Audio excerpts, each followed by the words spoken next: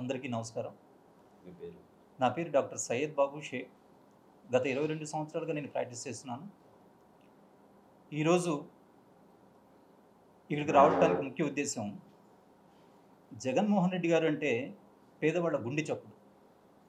ఈ రాష్ట్రంలో జగన్మోహన్ రెడ్డి గారు అంటే పేదవాళ్ళ గుండె చప్పుడు.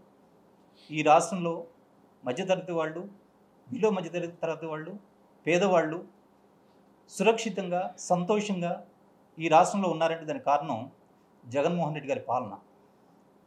వారే కనుక లేకపోతే, జగన్మోహన్ రెడ్డి గారు లేకపోతే సీఎంగా ఈ రాష్ట్రంలో ఈ 3 తరగతుల వాళ్ళు చాలా దరిద్రాన్ని అనుభవించేవాళ్ళు.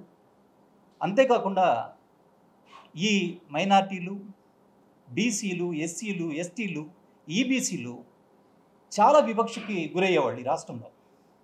ఈరోజు వివక్ష లేవు, కులమత ఘర్షణ లేవు. గత 5 సంవత్సరాల నుంచి అందరినీ సమానంగా చూస్తున్నటువంటి, పాలిస్తున్నటువంటి ఏకైక వ్యక్తి జగన్మోహన్ రెడ్డి గారు. మనందరికీ తెలుసు, ప్రతి మనిషి అభ్యున్నతి కేవలం విద్య వల్లనే సాధ్యపడుతుంది. సో ఆ విద్యని ప్రపంచ దేశాలకు ధీటుగా ఈ రాష్ట్రంలో విద్యను డెవలప్ చేశారు ఆయన. దానికి కూడా ప్రతిపక్ష కూటములు కుళ్ళుకుంటున్నాయి, తట్టుకోలేకపోతున్నాయి. ఈ ఆలోచన మనం ఎందుకు రాలేదు అని.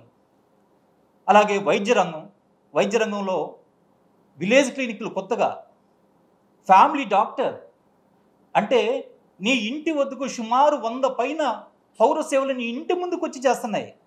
దీన్నే గ్రామ స్వరాజ్యం అంటారు. అంటే పాలన ఇంటి ముందుకు వచ్చి చేయటాన్ని దీన్నే అంటారు.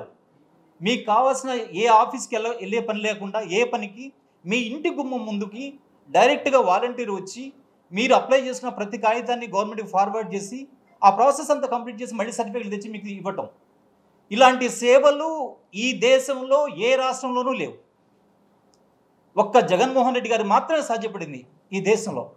ఇప్పుడు అందుకే ఈ దేశంలో చాలా రాష్ట్రాలు జగన్మోహన్ రెడ్డి గారు ప్రవేశపెట్టిన ఈ వాలంటీర్ సిస్టమ్ని అడాప్ట్ చేసుకోవాలని చూస్తున్నాయి. ఎంత గొప్ప సిస్టమ్ కాకపోతే ఈ దేశంలో ఉన్నటువంటి మిగతా రాష్ట్రాలు అవి అడాప్ట్ చేసుకోవాలని చూస్తాయి. అంతేకాదు మిత్రులారా, ఇప్పుడు ల్యాండ్ టైటిలింగ్ యాక్ట్ గురించి ప్రతి వాళ్ళు, ఎస్పెషల్లీ ప్రతిపక్ష కూటమి చాలా తప్పుడు ప్రచారం చేస్తుంది. ల్యాండ్ టైటిలింగ్ యాక్ట్ గురించి క్షుణ్ణంగా చెప్తాను 2 నిమిషాల్లో. సుమారుగా ఈ రాష్ట్రంలో 30 భూ రికార్డులు ఉంటాయి. భూమికి సంబంధించిన రికార్డులు 30 రకాలు ఉన్నాయి ఈ రాష్ట్రంలో.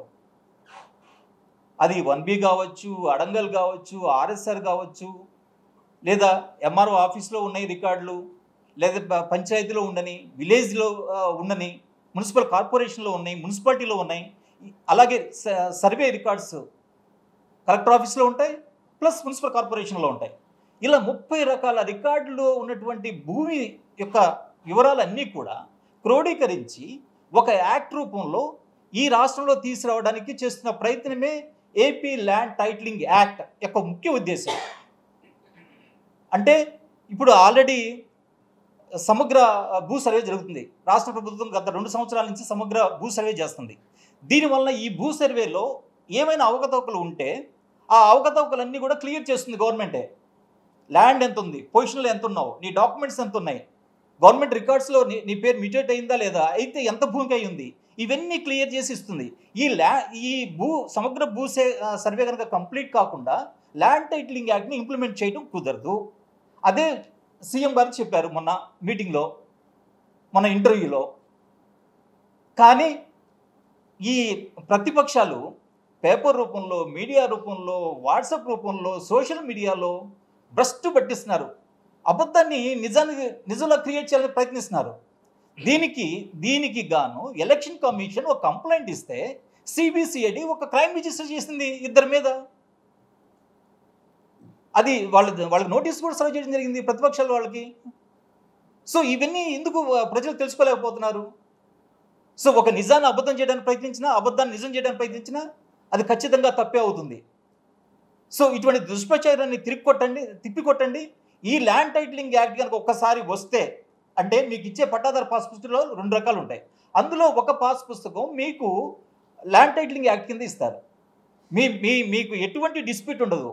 మీ మీద ఎవరు కేసులు వేయడానికి కుదరదు సివిల్ కోర్టులో. మీరు కోర్టుల చుట్టూ తిరగాల్సిన పని లేదు. ఒక్కసారి ఈ సర్వే కంప్లీట్ అయితే క్లియర్‌గా ఉంటుంది ల్యాండ్ డీటెయిల్స్ అన్నీ. అలాగే ఈ ల్యాండ్ టైటిలింగ్ యాక్ట్ వల్ల ఒకవేళ తర్వాత భవిష్యత్తులో 3 ఏళ్ళకో, 4 ఏళ్ళకో ఇంప్లిమెంట్ అయ్యి అది మీ చేతికొస్తే ఒకసారి మీ పట్టాదారు పాస్ పుస్తకాలు మీ చేతికొచ్చిన తర్వాత ఆ భూమి మీద ఎటువంటి వివాదాలు ఉండవు. ఒకవేళ ఆ భూమి మీద ఎటువంటి వివాదాలను మళ్ళీ ఎవరైనా క్రియేట్ చేస్తే దానికి ఇన్సూరెన్స్ కూడా గ్రాంట్ చేస్తుంది ఈ యాక్ట్ ద్వారా. గవర్నమెంటే ఇస్తుంది. మీ తరపున గవర్నమెంట్ ఫైట్ చేస్తుంది. ఈరోజు మీరు భూమి కొన్నారు, ఎప్పుడో ఫారిన్ కంట్రీస్ వెళ్ళిపోయారు, ఒక 50 సంవత్సరాల తర్వాత వచ్చారు. బట్ మీ భూమి ఎక్కడికి పోదు, కబ్జా కాదు. ఒక్కసారి మీ పేరు క్లిక్ చేస్తే ఆ సర్వే నెంబర్లో మీ భూమి డిస్ప్లే అవుతుంది. మీకు ప్రొటెక్టర్గా ఎవరుంటారు? గవర్నమెంట్ ఉంటుంది. అంటే భూ సంస్కరణలు కూడా ఈ దేశంలో ఫస్ట్ టైం తీసుకొస్తున్న వ్యక్తి జగన్మోహన్ రెడ్డి గారు.